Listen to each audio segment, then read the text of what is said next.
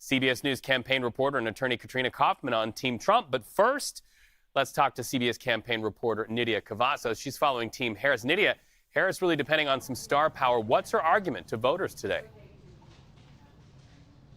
Harris's argument today is a continuation of what we've been seeing this week, is that she's trying to court all types of voters, Democrats and Republicans. And the central message here is preventing a second Trump administration. We're going to probably hear that in her gaggle today. We're still waiting on further guidance on what she's about to communicate and address. But we know that Harris is focusing on courting undecided voters, courting those swing voters, and really courting those Republican voters who may not necessarily be sold on the idea of Trump just yet. And so on one hand, we'll be hearing that. And then on the other hand, we're also going to see her continuing court her base and making sure that they're mobilized, that they're energetic and enthusiastic enough so that they're going to turn out. And this is why we have Willie Nelson, Beyonce, for example, that are going to be appearing along her side in Houston. So, Nidia, VP Harris really had some blistering words for Donald Trump yesterday. I want you to stay with us because I want to ask you about something she had to say. But for our viewers, watch this. Yes, I do. Yes, I do. And I also believe that the people who know him best on this subject should be trusted. All right, so you heard her answer there. The question that was asked, do you believe Donald Trump is a fascist? We just want to button that down. That's what the question was.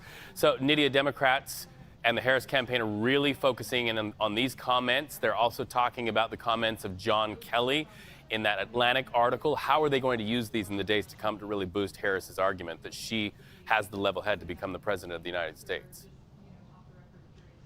We really are seeing Harris here amplifying her anti-Trump messaging, which is why we've been hearing from her consistently this week on Kelly. And her main argument here to American voters is not to listen to what she has to say about Donald Trump, but rather hear it from the people who directly worked with Trump and listen to what they have to say and the flags and the warnings that they're raising against him. And all of this is part of her message to try to court voters and try to convince them that, the United States democracy is at risk with the second Trump presidency. And so this is a continuation of the message that we've been seeing on the campaign trail this week for Harris.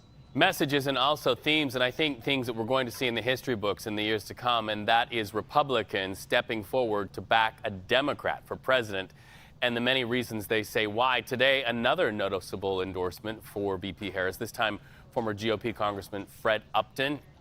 He's the one, viewers, who, by the way, voted to impeach Trump. So how do these endorsements really land with undecided voters? This is exactly why they've also been amplifying Kelly's message in efforts to help court other Republicans and Republicans who have also been working directly with former President Donald Trump. And this is to convince voters of what a second Trump administration would look like. And we've seen on the trail that Harris has been campaigning with Republicans, with former GOP Representative Liz Cheney, for example. And again, this is part of the strategy here as they continue to campaign across battleground states, but specifically in counties that, for example, had a strong share of Nikki Haley voters. Are trying to court these voters in, and so more Republicans coming on board with her is helping her case here. Well, we're also seeing Donald Trump respond by bringing in a former Democrat on stage with him. We're going to talk about that just a little bit later. All right, so let's talk about President Donald Trump headed to Arizona and Las Vegas. Vivek Ramaswamy and the person I was just mentioning, Tulsi Gabbard, joining him on the stage. Out of the 7 battleground states, Nevada represents one of Trump's best chances to expand that electoral map, to empower his push for the presidency. So let's bring in CBS News campaign reporter and attorney Katrina Kaufman. Katrina, I lived in Las Vegas. I lived in that battleground state for more than a decade. I know that state has not traditionally sent Republicans to office. What's the change in the game there? Trump's messaging really seems to be resonating in Nevada, Reed. One thing that he's been really pushing for this cycle is for people to vote early. And some numbers came out yesterday that showed that 20,000 more registered Republicans had cast their vote than Democrats, which I think is unheard of in the state. A lot of his messaging has been geared towards the economy, which is really hitting home in Nevada, where the unemployment rate is high. He's proposed policies that would help workers, such as no tax on tips, no tax on overtime. There's also a lot of issues with housing prices in Nevada. Trump has proposed opening up federal land, which could also be very big. And he really just seems to be making an impact with Latino and African-American voters who are going to be very crucial in this race.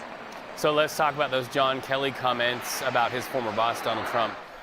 Certainly sparking a lot of comments from Harris on the campaign trail. Any reaction from Donald Trump? Trump has posted on Truth Social. He called John Kelly a liar. He says that he was a bad general.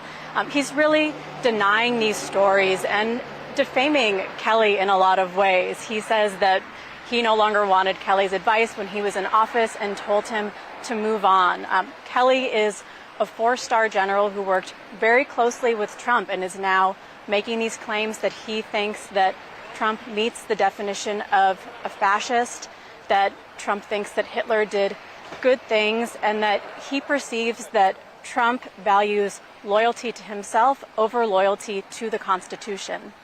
Well, Democrat vice presidential nominee Tim Walz, while casting his early vote ballot yesterday, asked all of us to read that Atlantic article and for voters and viewers to decide for themselves. Katrina, thank you so much for that.